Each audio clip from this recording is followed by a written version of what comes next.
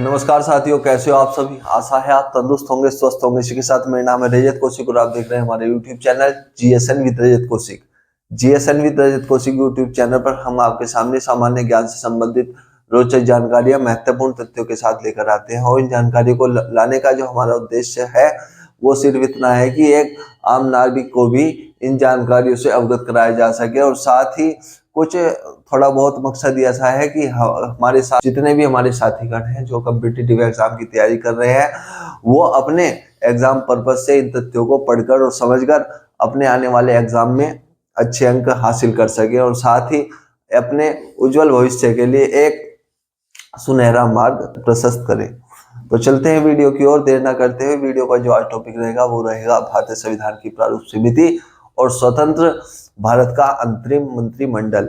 और इनकी जो जानकारी है, आप कह सकते हैं महत्वपूर्ण तथ्य, वो हमने मोस्टली लूसेंट से कवर किए हैं। और साथ ही आज हम एक पुस्तक भी आपके सामने लेकर आए हैं। पुस्तक है भारत का संविधान, और मेरा आपसे अनुग्रह है कि आप इस पुस्तक को अवश्य पढ़ें। यह पुस्तक मिली हमें मुजफ्फरनगर डिस्ट्रिक्ट लाइब्रेरी से, और आपसे एक अनुग्रह है छोटे भाई का कि आप अपने डिस्ट्रिक्ट लाइब्रेरी में अपना रजिस्ट्रेशन जरूर कराएं, ताकि महत्वपूर्ण किताबों से आप रूबरू हो सकें और उन्हें पढ़ने के बाद अपने जीवन में एक सकारात्मक बदलाव ला सकें। तो आप, और ज़्यादा फीस नहीं होती पुस्तकालयों की, गवर्नमेंटेड पुस्तकालयों की 1000 रुपये ऑल लाइफ टाइम फीस है सिक्योरिटी की, और 100 रुपये सालाना फीस। ठीक है, तो आप जरूर रजिस्ट्रेशन कराएं अपना डिस्ट्रिक्ट लाइब्रेरी में। और यह पुस्तक वहीं से मुझे मिली है, और यह पुस्तक लाने का जो उद्देश्य है वो सिर्फ इतना है कि भारतीय संविधान को गहराई से जाना जा सके, और साथ ही इस पुस्तक में बड़े ही सरल भाषा में और हिंदी में आप संविधान को समझ सकते हैं। और यह पुस्तक है अनिल कुमार सलील जी की, और इसमें महत्वपूर्ण योगदान दिया है डॉक्टर लक्ष्मीमल सिंधवी जी ने।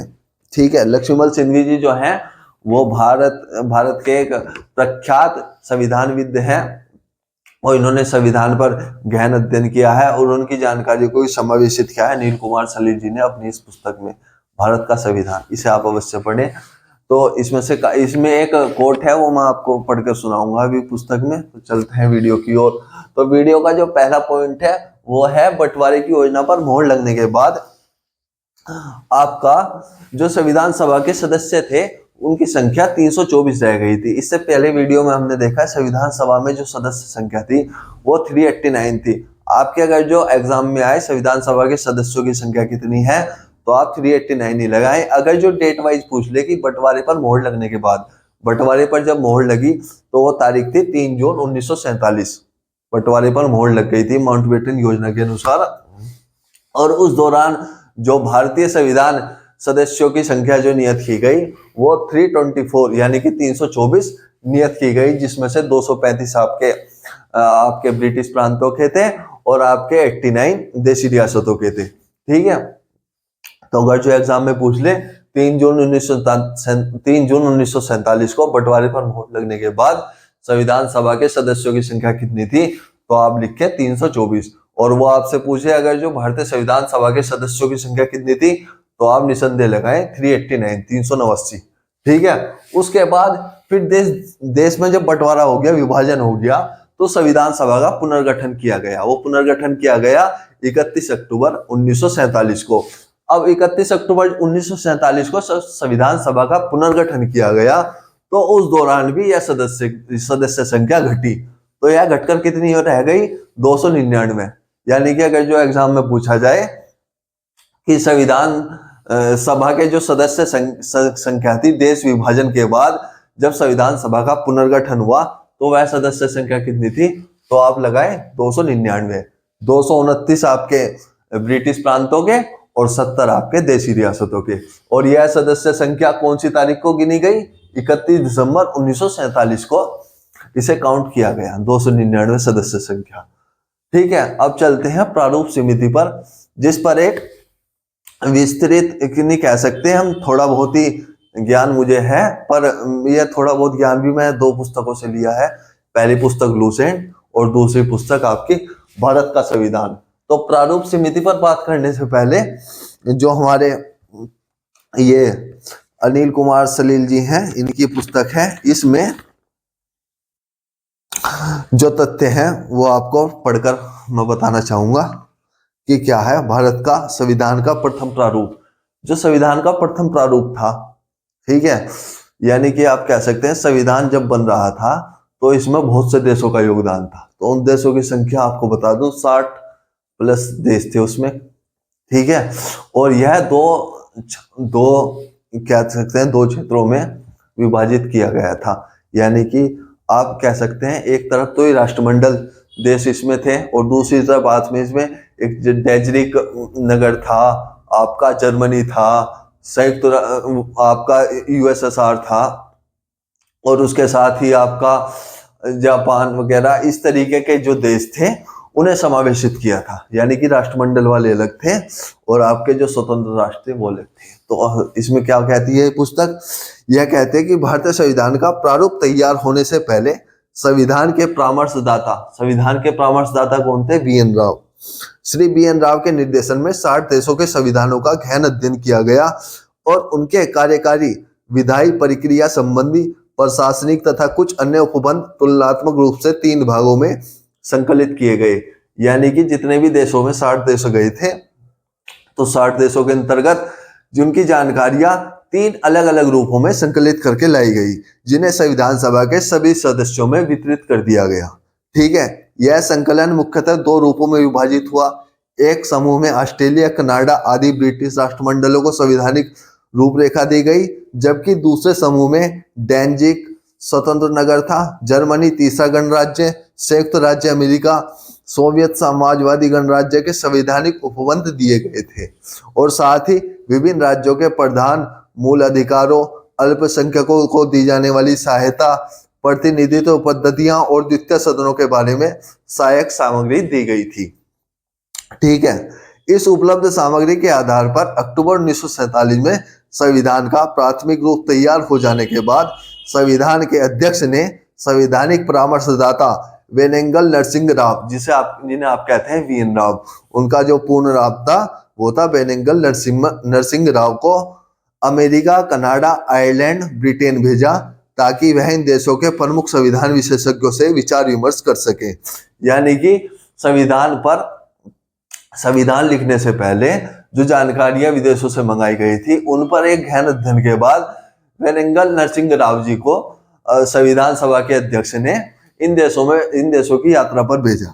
ठीक है, ताकि वह वहां पर जाकर एक फील्ड में रहकर वहां के संविधान को समझ सके, लोगों को समझ सके कि वहां का संविधान किस प्रकार लोगों की सहायता करता है और उन्हें संरक्षण प्रदान करता है। ठीक है, उसके बाद श्री वेनेगल ने सन 1947 में अक्टूबर से दिसंबर तक उक्त प्रवास यात्रा की और वापस आकर विचार विमर्श के परिणामों पर एक प्रतिवेदन संविधान सभा के समक्ष प्रस्तुत किया। यानी कि यह गए थे अक्टूबर से दिसंबर तक ये वहां रहे, उसके बाद ये भारत आए और भारत आके इन्होंने अपनी जो रिपोर्ट थी वो आकर सबमिट की संविधान सभा में, और उसी के परिणाम स्वरूप प्रारूप समिति द्वारा तैयार संविधान 25 फरवरी 1948 को संविधान सभा के अध्यक्ष के समक्ष प्रस्तुत किया गया। प्रारूप सबमिट किया गया और प्रारूप संविधान के प्रकाशित होने पर उसमें संशोधन के लिए 7-8 हजार टिप्पणियां, आलोचनाएं और सुझाव प्राप्त हुए, जिन पर विचार विमर्श करने का उत्तरदायित्व संविधान सभा के अध्यक्ष ने प्रारूप समिति को सौंपा। साथ ही विभिन्न सुझावों, टिप्पणियों तथा प्रारूप समितियों की सिफारिशों पर विचार करने के लिए उन्होंने एक विशेष समिति का गठन भी किया और इस विशेष समिति के अधिकतर सदस्य संविधान समिति और संघ शक्ति समिति के सदस्य थे।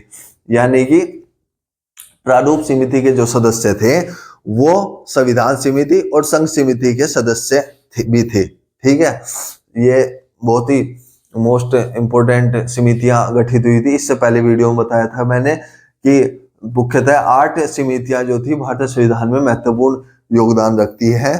तो उन्हीं में से 2 समितियां थी, आपकी संघ शक्ति समिति और आपकी संविधान समिति। ठीक है, तो इन्हीं के सदस्य थे आपके प्रारूप समिति में। ठीक है, विशेष समिति द्वारा परीक्षण करने और सिफारिशों के बाद प्रारूप समिति ने उचित और स्वीकार्य संशोधनों के अध्ययन की सरलता के लिए प्रारूप संविधान को पुनर्मुद्रित कराया और उसे 26 अक्टूबर 1948 को संविधान सभा के अध्यक्ष के समक्ष प्रस्तुत किया। बाद में उसकी प्रतियां संविधान सभा के सदस्यों में भी वितरित की गई। प्रारूप संविधान पर विचार करते समय इसी पुनर्मुद्रित संस्करण को उपयोग किया गया और 4 नवंबर 1948 को भीमराव अंबेडकर ने संविधान सभा में प्रारूप संविधान विचारार्थ प्रस्तुत किया। ठीक है, उसके बाद इस पर वाचन चले। वाचन की जो तिथि है वो मैंने आपके सामने यहाँ लिखी हुई है। और वाचन जब चले तो उसके बाद इसमें 24 जनवरी 1950 को इसे संविधान के रूप में हस्ताक्षर किया गया। ठीक है, और 26 जनवरी 1950 को इसे लागू किया गया और इसी तारीख को संविधान में प्रारंभ की तिथि कहा गया है। यानी कि 26 जनवरी 1950 को गणतंत्र दिवस तो कहा ही जाता है, साथ ही इसे संविधान के अंतर्गत प्रारंभ की तिथि भी नाम दिया गया। तो यह कुछ महत्वपूर्ण एक कोट था जो मैंने आपको पढ़कर सुनाया। और चलते हैं अब अपनी वीडियो की ओर, वीडियो में लिखी गई जानकारियों की ओर।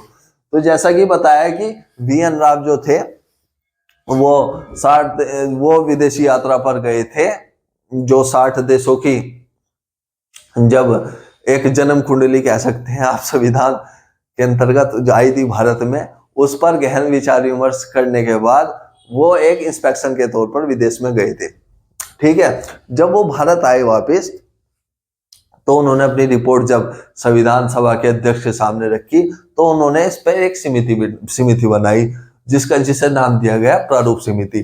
तो आप प्रारूप समिति का जो गठन किया गया वो किया गया 29 अगस्त 1947 को। ठीक है, यानी कि क्वेश्चन आता है आपके वनडे एग्जाम में, प्रारूप समिति कब गठित की गई?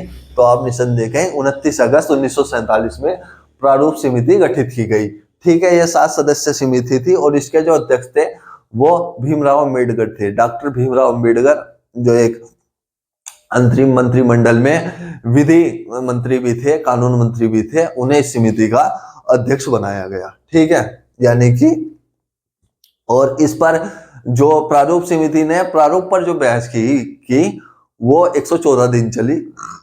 114 दिन प्रारूप पर बहस चली और इस समिति ने प्रारूप पर विचार करने के बाद इसे 21 फरवरी 1948 को संविधान को अपनी रिपोर्ट दी। यानी कि प्रारूप जो BN राव जी ने बनाया था उस पर एक समिति गठित हुई, प्रारूप समिति, और उस पर गहन विचारार्थ करने के बाद काफी संशोधन हुए और उस संशोधनों के बाद जो फाइनल रिपोर्ट हुई वो 21 फरवरी 1948 को आपके संविधान सभा के अध्यक्ष के सामने रखी गई। ठीक है, अब चलते हैं वाचन की ओर। इसमें मुख्यतः 3 वाचन माने जाते हैं, 3 वाचन इसमें चले। प्रथम वाचन जो चला वो 4 नवंबर से 9 नवंबर 1948 तक चला।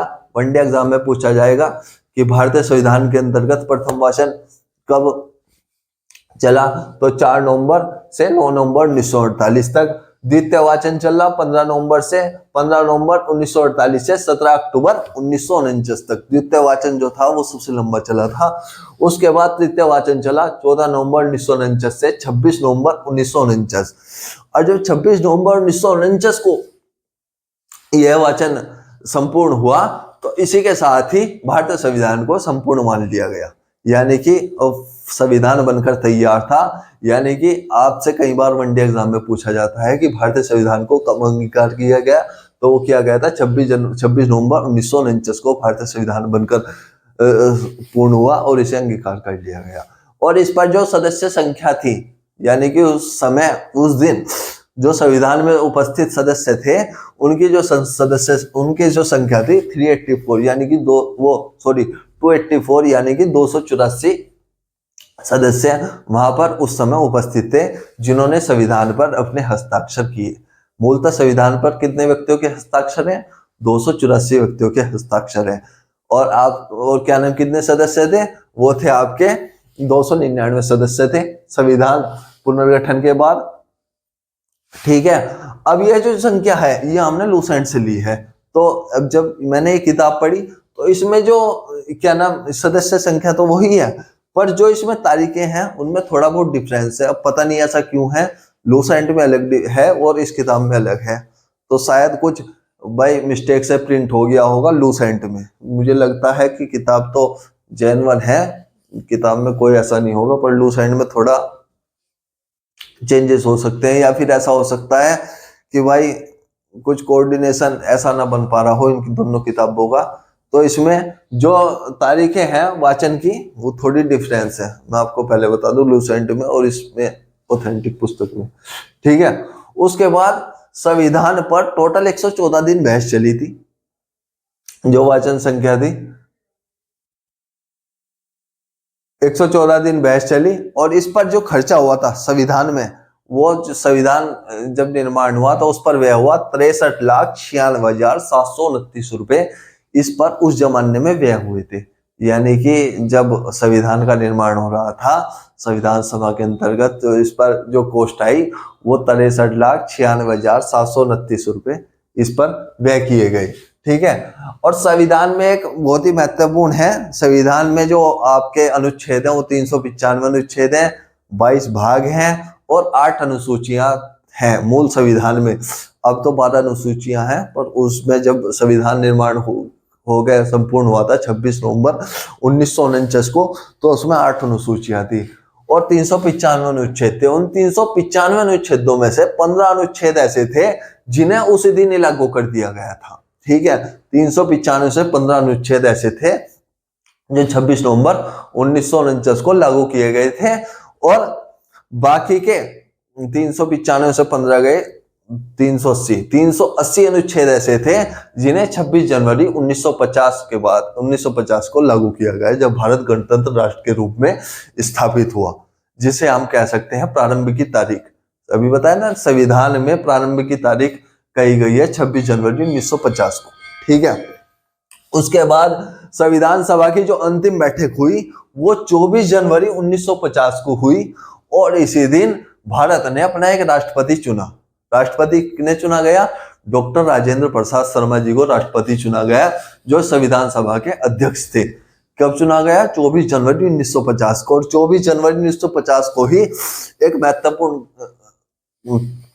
महत्वपूर्ण उद्घोषणा हुई कि इसी दिन भारत ने अपना एक राष्ट्रगान भी चुना। राष्ट्रगान कौन था?